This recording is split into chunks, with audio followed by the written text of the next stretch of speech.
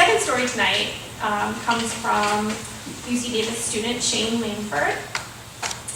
And it'll be read by, I'm just going to use two of your titles, Dr. Andy.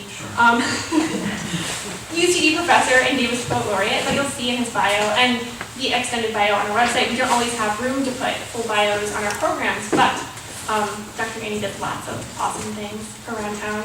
So he will be reading Eggs by Shayne Langford. And I know a little bit about the background of the story because it started with an exercise in my fiction workshop at UC Davis. And everyone sort of did, right, like all these different exercises, and students shared pieces of them. And so I just remember it being like a few sentences that you read out loud, Shayne, like, right, it was sort of just these little excerpts of what they'd written during class. But for me, and I think for everyone in the class, like just from these few lines, this character totally became real in that moment.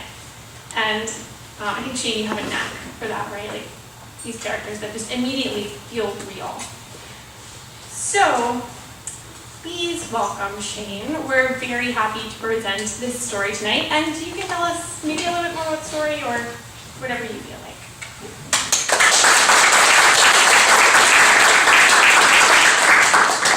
Well, thank you, Elise, and thank you all for being here. Well, I'm not going to say much just because I'm excited to hear Andy read it, but basically this story is actually kind of different from the rest of my work because it's written from the perspective of such a young protagonist. Normally my stories are written from a first-person narrator, and the characters are normally closer to my age, and normally older also. All of my stories are set in a nothing town, which is a term some of you might know. I stole it from Richard Ford. It basically describes small towns throughout the American West where there's not really any sort of economy or opportunity, and there's not really a lot for anybody to do aside from just sit around and wait for something to change.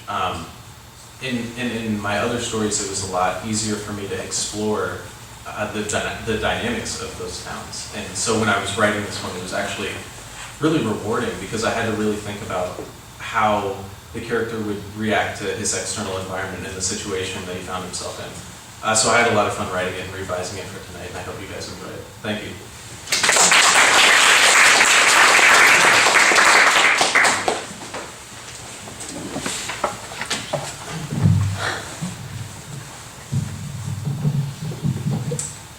Eggs by Shayne Langford. Every summer, there was a blood trail running from the bridge over the river to the shed in Danny's backyard. It showed up in June and remained through September when his father hunted in the woods on the other side of the river. He was laid off from the mill every winter, so he'd stock the shed for the cold months when the family ran out of money. That was the only way they made it through without starving. Every few days, Danny's father would cross the bridge and hike into the woods before dawn. Then, in the evenings, sometimes in the afternoons if his father had been lucky, Danny would watch him drag the gutted body of some animal or other through the yard and into the shed. It would leak blood all over the grass and all over the bridge.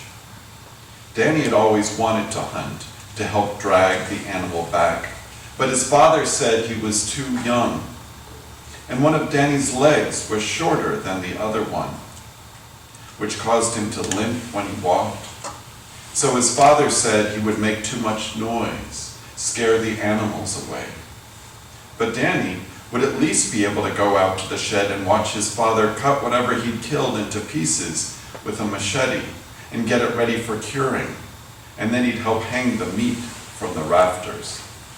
They had all sorts of animals in there: elk, deer, boar, moose. Sometimes Danny would stand in the shed and look at all of the hanging animals when he ran out of stuff to do in the woods. He would poke them with sticks. He would use them as punching bags if he felt like it.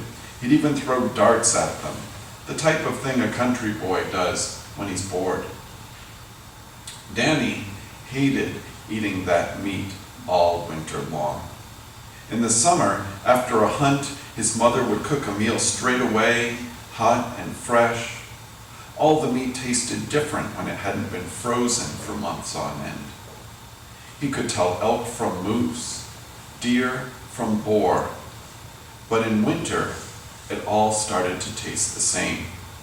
His mother stopped cooking it for him, except in the evenings to save on the gas bill. If he wanted any lunch at school, Danny would have to go out to the shed in the morning and take the machete to one of the hanging pieces of meat. Then he'd pack it in his Ziploc and stuff it in his backpack. Around lunchtime, or on his way home, he'd take out his pocket knife and peel little pieces off the chunk and eat them. God, they all tasted the same. Salty and dry. After a while, the thought of eating would make him feel sick, and he'd struggle to get the stuff down. The meat wouldn't even warm his belly like it would in the summer, since it was half frozen, which made him feel cold inside. One morning, a big storm rolled through and dumped snow on the mountains, so school was canceled. Danny slept in and woke up hungry.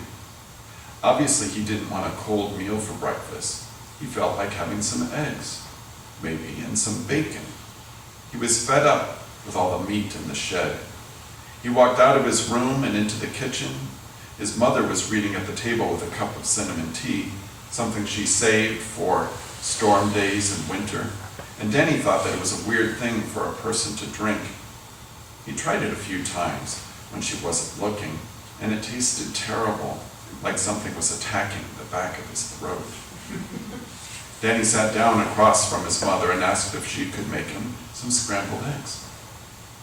No, his mother said, "We don't have any right now, you know that. I don't know where we get them either. We probably have to go into town or somewhere. Why don't you go and grab us something from the shed? Have you tried that pork? Must be the best pig we've had since you were born.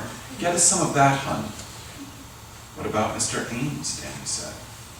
What about him?" she asked. "Mr. Ames has got some kitchens, some chickens. I'll bet you he'd give us some eggs if we asked him for it." "No," she said, "we don't need any handouts. We've got enough meat this year, more than enough. Just grab us some pork, hon, a leg. How about getting one of those? Please, don't forget the hot water," his mother said. Danny put on his jacket and snow pants and walked out the sliding door. It was snowing so hard he couldn't see the shed from the porch, but he started walking toward where he thought it must be. Flakes hit his face and ears and melted, and then froze to his skin and to the hair that fell down to his shoulders. With each step, the powder went up to his shin, and he had trouble bringing his right leg, the gimp leg, out of the deep snow. It had grown weak over the years, while his dominant leg built up muscle, so the weak one tired easier. But both his legs were pretty sore by the time he got out to the shed. He thought about a story his father had read him, about a man and his dog. The man had walked into the woods when he shouldn't have and froze to death. He had gotten so scared of dying that he tried to kill his own dog at one point, just to stay alive. But the dog ran away and left the man who'd stepped in a puddle and accidentally put out his fire, left him to die. Then he thought it might be cold enough for him to freeze to death if he fell and got buried in the snow. When he got to the shed, he tried to turn the numbers on the padlock. It was frozen, so he dumped the hot water on it and tossed the glass into the snow. Then he turned the numbers before the water froze again. He walked in, picked up the machete from the table, and stood below all the hanging meats. He imagined his father dragging them through the woods in the summer when the meat was still warm and not salted, not frozen. He thought of a fried piece of meat fresh off the stove, and his mouth watered. Then he walked to the back corner of the shed where all the different legs were hanging. He grabbed a rope and cut one down. He held it against his chest, and it made his fingers colder. His hands began to shake so much that he put it down and began to breathe into them. After they were warm, he pulled his sleeve down over his hand and held the leg by the ankle while he put the lock back on. He walked back to the house, set the piece on the kitchen counter, and went to find his mother. She was watching the news with his father in the living room. Gonna be more jobs in town once he's in office, I'll tell you that much, his father was saying. That's what he's been telling us anyway. Says he's gonna fix things, make stuff great again. That'll be nice. His mother said, I wouldn't count on it. I have a feeling not much is gonna change around here. I mean, think about it. When's the last time that something changed? Last thing I remember is Billy's house burning down. You remember that? If things don't start getting better, we won't be living indoors either, hon. We're barely getting through as it is. Nah, his father said. This guy, he's gonna change stuff. I don't give a damn if he says some things that people don't like. He's gonna get me a job, a real one, full time. I'm tired of cutting wood all day, sick of it. I need something better. All I'm saying is don't get too excited, she said. Maybe a job at a car dealership or something. Or, I'm serious, don't count on it. Or maybe something to do with food. I always like cooking. No, you don't, his mother said. You don't ever cook. I don't think I've seen you in the kitchen even once. I'm the one in there getting oil over me and burning myself, scrubbing the grease off those pans. Really feel it in your arms after a while. You complaining? The father said. He shifted in his seat, and the muscles in his arms clenched. You want to drag a goddamn moose through the woods by yourself? Be my guest. Hell, I'll even give you a couple of lessons on technique so you don't hurt yourself. And I'll sit inside with my apron on all day while you're out there getting the food in the summer. What a life that'd be. Danny said, I put the leg on the counter. He was tired of waiting for a pause in their conversation. His mother and father looked at him. I was thinking, he said, maybe we wouldn't have to ask Mr. Ames if we could have some eggs. Maybe I could just hop the fence and get in his coop. That'd be nice, to eat something warm. Danny watched his mother's eyes cut in his father's direction. His eyebrows were pinched tight in the middle, and his mouth hung open so Danny could see stains from chewing tobacco. That's stealing, hon, Danny's mother said, looking back his way. I didn't raise no thief, his father said through his teeth. Damn it, boy, where'd you get off thinking that way? Who told you it was okay to steal, huh? He looked at Danny's mother. Is he watching those shows again? The ones with them meth dealers? I told you not to let him watch that trash. Gets it too mixed up with real life and he'll start thinking what's wrong is right. You don't need that in his head. No, Danny said. I haven't watched any of that. He hasn't, really, his mother said, and kept her eyes right on him. I'm just getting tired of eating the same food all the time, Danny said. It's freezing cold and it makes my stomach hurt. I just want something warm for once. And I'm sure Mr. Ames won't mind too much. I bet he's got 25 hens in that coop. Who cares if we take a few eggs? He won't even know the difference. That's thievery, his father said. You better not be stealing stuff or I'll tan your hide. He paused and looked from Danny to his mother. No one appreciates the meat around here, huh? Fine, fine. You get it yourself next year then, the both of you. Or maybe Danny can steal us some. He looked his mother straight in the eyes, and Danny felt nervous somewhere deep in him. Who raised this boy to be a thief, damn it? Sure as hell wasn't me who did it. He hasn't stolen anything, his mother said. Then she looked at Danny. Why don't you go out and play for a bit? It's snowing, he said. Plus I'm hungry. I want some eggs. Damn it, boy, the father said. No eggs. You hear me? We're not getting any eggs ever. Not even if we can afford it. So lose that thought. Something came up in Danny's throat, and his eyes grew cloudy. He felt like he'd been drinking his mother's cinnamon tea. Go out and play, his mother said. I'll cut that leg up in a bit. Just go out for now. Danny opened the slider and went outside. His snow clothes were piled by the welcome mat on the back porch where he'd left them. He slipped them back over his camel pants and flannel. Then he limped out through the snow in the direction of the shed. though he still couldn't see it. The last time his mother had cooked eggs, it was summer, when they had had a little bit of money. His mother made a trip into town for new bed sheets. She bought enough eggs home for a week's worth of breakfast. He ate like a king that week. She'd even mixed in some fresh pork from one of the hunts and made omelets, which didn't happen often. Right then, he imagined rolling a mouthful of scrambled eggs around with his tongue until they fell apart in his mouth. He thought of that warm feeling when they fell down his throat and into his stomach, and being full all afternoon until dinner. Then, for a moment, he imagined a nice venison steak, cut fresh and fried for dinner. But soon his head went back to eggs. When he got to the shed, the lock was frozen again, and he hadn't grabbed hot water on his way out. So he dug a loogie from the back of his throat and spit it onto the numbers. He tried to turn them, but they were still frozen. So he spit on the lock again. Then he breathed on the lock for a moment, spun the numbers and pulled it open. He grabbed the machete and felt the blade, how sharp it was. Then he looked at the hanging pieces of animals, dozens of them. He remembered tying the rope so his father could pull them up to the rafters when they were still fresh. He breathed deep and smelled salt and flesh in the cold air, which made him feel sick to his stomach. He walked over to the ribs of some animal, he couldn't tell what kind, and took the blade to it. He cut off a chunk and took out his pocket knife. He peeled a piece off and put it in his mouth. It was so cold, it hurt his teeth. He didn't understand how so many animals could taste the same. He knew it wasn't always like that, not when he was younger. Every animal had seemed to have something unique about it, but now, nothing. He felt like he was going to puke if he held that meat in his mouth any longer.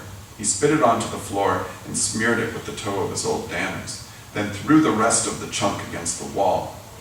He dug out a loogie and spit it onto the hanging ribs and punched them. He hit them with the machete and pieces of meat went flying. On one of the swings, he missed and hit the rope, and what was left of the ribs fell to the floor, taking some of the wood from the ceiling down with it. He felt sweat in his armpits and on his scalp, and his knees began to shake beneath the snow pants. He stood still for a moment, looking at the meat scattered across the room and the bits of wood on the floor. Oh God, he said. He knew his father would see the wasted meat, and Danny understood what would come after that. He gathered up as many chunks as he could, taking his jacket off and using it to hold all of the meat. He limped around the shed, picking up as much as he could until his jacket was so heavy that he had to drag it behind him. He emptied it over the ribs, stuffing the chest cavity full of meat. He put his jacket back on and smelled the salt on the inside of the lining. But even with the extra layer, he was still cold. He thought about the man who tried to kill his dog to stay warm, and fresh tears fell down his face. He grabbed the rope attached to the ribs and dragged it out the door, then put the lock back on the latch and snapped it shut. He pulled the rope over his shoulder and dragged the meat toward the river like a sled over the surface of the snow, which was still fresh, and buried his boots with each step, and he struggled to pick his gimp leg all the way up as he went. By the time Danny reached the river, the snot had frozen to his nostrils, and his eyes stung. He couldn't feel his ears, and there were ice particles in his lashes. His teeth were chattering, his hands were shaking, and they were red from gripping the rope. He brought the rack of ribs to the bank of the stream and kicked it into the water with the bottom of his boot. Some chunks of meat fell out. He thought the crawdads might eat those and get rid of the evidence for him. The rest of the meat, held afloat by the rib bones, went downstream with the current. Danny thought maybe a homeless person would find it, or maybe a fox would have his way with it, or a cougar. He thought they might be thankful to have a meal in winter when it was so cold out, He couldn't imagine them, that they would do much hunting in the snow. He felt good about throwing the meat in the water. His stomach growled as if it were angry, like his father did sometimes when he had been drinking. He remembered the leg on the counter. He imagined his mother had cut the meat up by now. There's no way he'd be able to eat it. Plus, he wasn't sure he was allowed back in yet. He figured he'd stay outside until his father went out to check his ice fishing hut on the lake. He started heading back towards the shed, running this time to keep warm. He ran and ran, or hobbled as fast as he could at least, and his snow pants were pulled up by the snow, so ice got into his boots. The ice melted under the warmth of his feet, and his socks grew moist. He just wanted to get indoors and eat something.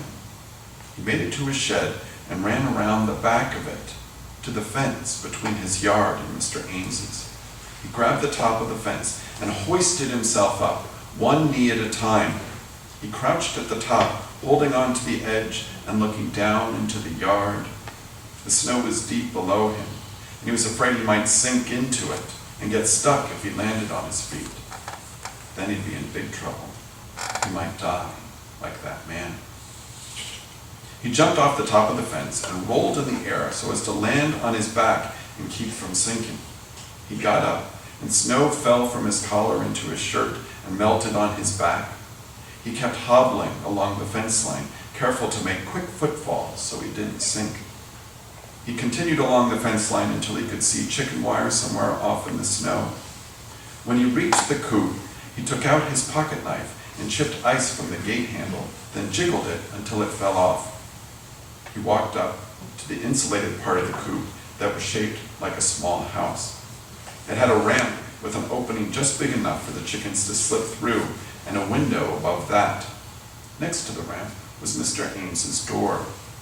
He chipped the ice off that handle too. He jiggled it, but it didn't move. So he bent over and cupped his hands around it and breathed into his hands, which were now red and swollen. Then he stuck the knife in the crevice behind the handle and broke off more ice. When he finally opened the door, the chickens jumped from their roosts. They started squawking and clucking. Danny shut the door behind him. The coop was warmer than his house, and he thought maybe now the snot would melt from his nostrils. "Hey," Danny said. "Hello, chickens. Hello." He often heard Mr. Ames talking to the chickens when he fed them and tried to mimic what he'd heard the old man say. "Good chickens," he said. "Nice chickens." He looked along the top of the roost for the hens that hadn't moved. He knew if they didn't move that they were keeping their eggs warm. He found one, a white and black hen with an orange beak and red skin around the eyes, and picked her up. The hen clucked and moved her head back and forth, and Danny felt her feet tense against his chest. "Hey, girl," Danny said. "Hey, that's a good girl. That's all right. Hush now." He put the head down on the floor and she scampered away. Then he reached up into the nest and felt 2 eggs in his hand. He put one in his pocket and cracked the other on the edge of the roost. He held it over his mouth and opened it. The slimy stuff inside ran down his gullet and into his stomach. It was warm from the bottom of the hen, and he could feel it land in his empty belly. He took the other from his pocket and ate it the same way. He moved to another hen and another. He swallowed 9 eggs before getting his fill. He was tired from his run through the snow, and he climbed up on the coop between a few hens to lie down. They clucked. "Hey, girls," he said. "Hey, girls, it's okay. I just need to warm up for a bit. It's okay. I won't hurt you." Danny shut his eyes and imagined a hot plate of eggs in the summer. He imagined his father dragging dead animals through the backyard and the blood trail after it had dried in the sun and hardened over the grass. After a time, the hens stopped clucking and moved closer. He snuggled between them and used his hands for a pillow. He thought he might like to stay there for a while. maybe all the way to summer, if he could, when the meat would be fresh again. He knew the chickens would keep him warm, and that the eggs would. And he felt that he would be safe there, which was all that should matter to anyone. Thank you.